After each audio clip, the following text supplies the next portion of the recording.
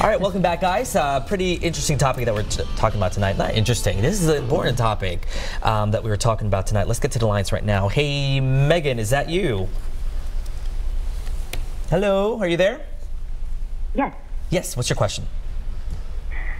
Okay, so I know numerous people who rent rooms out of their homes, and I'm just curious how you guys think regulations like this affect affordable housing and many people's ability to afford to keep living in Nashville.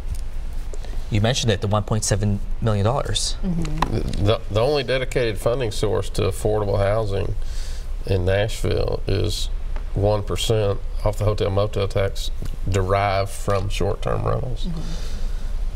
I would also add to that, so outside of the dedicated fund, many of the people who are impacted by this, again, it's all owner occupied. So these are people who are either renting out a room in their home while they're there, or they're renting it out while they go away. So traveling musician, and they rent it when they leave. You know, a lot of our members, a lot of the people that we know that are owner occupied, they're doing this in order to be able to afford where they live. And, you know, I have heard council members, I have heard the codes department say, well, that's just a bad decision if you need this to rent. But would you tell somebody that who needed a roommate to rent long term? I mean, what's the difference in needing a roommate or needing a temporary roommate, right? This allows more people to come into the housing market because they are able to subsidize their mortgage by renting a room in their house or renting it when they go away. And I think that it's really a shame that that keeps getting overlooked, because this to me could be a really fair and good solution to helping people afford homes, and yet we're looking at it more as the enemy. At least from what you're saying, there's this kind of touch of irony of someone trying to keep up with their home by renting out, which essentially, like you said, would help affordable housing. Right, exactly. You know, and I know some people have got housing through probate. Somebody, you know, died and left a home to them, and now all of a sudden, you know, they were retired teachers, they worked in kitchens at MNPS, now all of a sudden they've got this asset and they're maximizing this asset and they're changing the socioeconomic status of their lives. It's not all, you know, evil people coming in making a fortune. It's not. It's real people changing their lives, and you know, I think that's the American way. All right, I know we only have a few minutes left. Let's get back to the lines. Hey, Katie, what's your question? So if I were to file a lawsuit in the next couple weeks, how confident are you that it would result in success and I'd be able to continue renting? And is there any reasonable chance this could get overturned in the near future? The rules of professional conduct that govern a lawyer's behavior prohibit us from speculating or giving odds or likelihood of success or that kind of thing. The alternative is you're going to get shut down.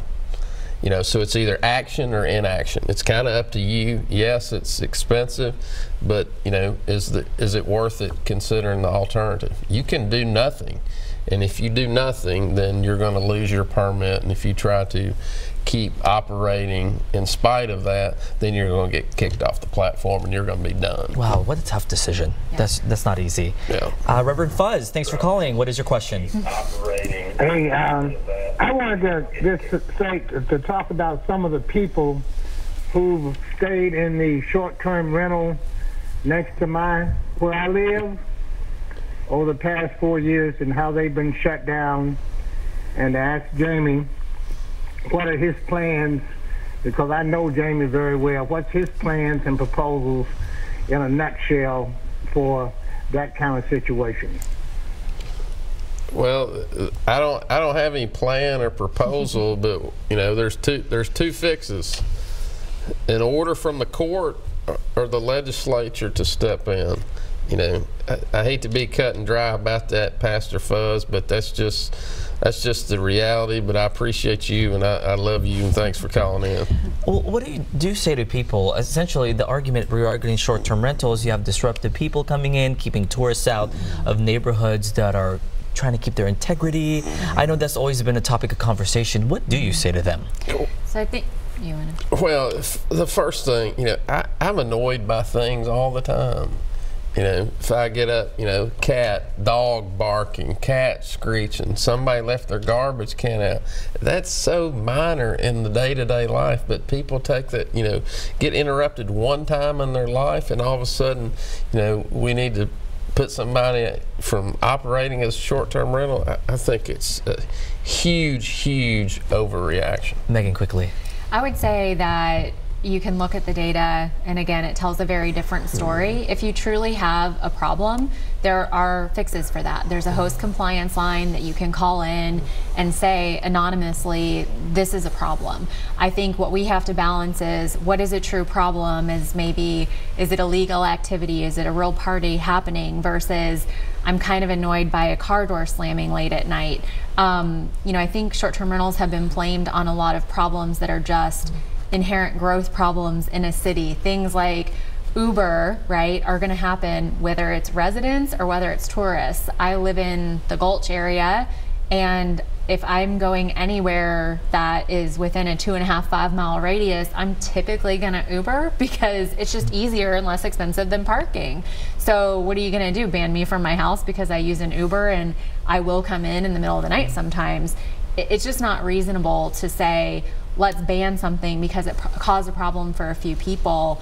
If we started doing that, we'd be banning darn near every long-term rental in the city too, and it just doesn't make sense. Perfect. I do have one more question for the both of you, I know, as we wrap things up. So stay tuned. We'll have that answer coming up after the break.